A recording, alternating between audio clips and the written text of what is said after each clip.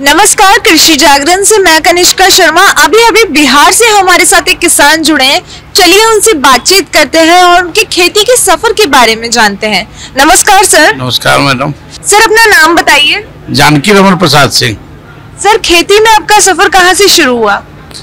बचपन से ही हम किसान परिवार से बिलोंग करते हैं, तो हमारा रुझान था ही। और पढ़ाई के बाद हम थोड़ा सा बिजनेस भी किए। संजोगवश हमारे नजदीक लीची अनुसंधान केंद्र का सरकार द्वारा स्थापना किया गया, मुसहरी ब्लॉक में ही। हमारे घर से बहुत नजदीक है, तो वहाँ हम बेसिकली कॉन्ट्रैक्ट का काम करते थे, तो वहाँ कॉन्ट्रैक्ट लेके जुड़े। लेकिन साइंटिस्ट लोगों से जुड़ाव और एक अपनत्व बना। और चूंकि हम किसान परिवार से बिलोंग करते हैं, खेत भी हमारे पास था, तो हमारा सहयोग लोगों का मिला और उस माहौल मिला, हम थोड़ा सा उसमें और ज्यादा इंटरेस्टेड हो गए, इंटरेस्ट लिए।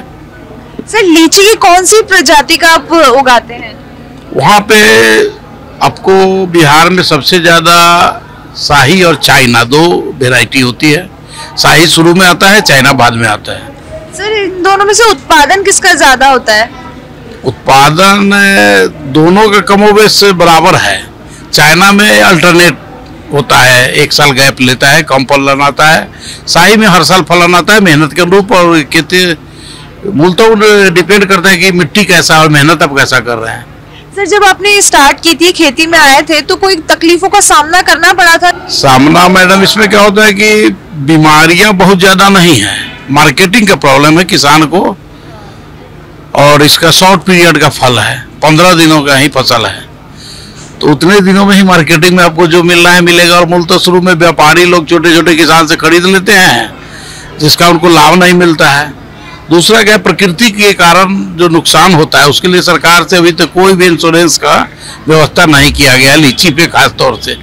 और फलों का है, लेकिन इसका नहीं मिलता है, गवर्नमेंट से अभी तक कवर नहीं दिया गया है।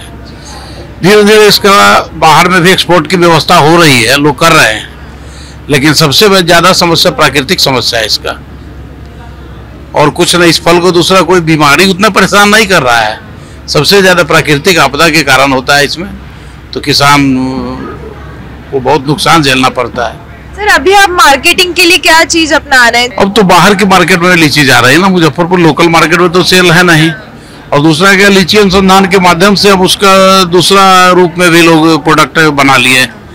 उसमें अब किसान इंटरेस्ट लेकर के जो इंटरेस्टेड है, इंटरेस्ट ले रहे हैं, धीरे धीरे उनका डेवलपमेंट हो रहा है। सर स्थानीय लोग जुड़े इस चीज से?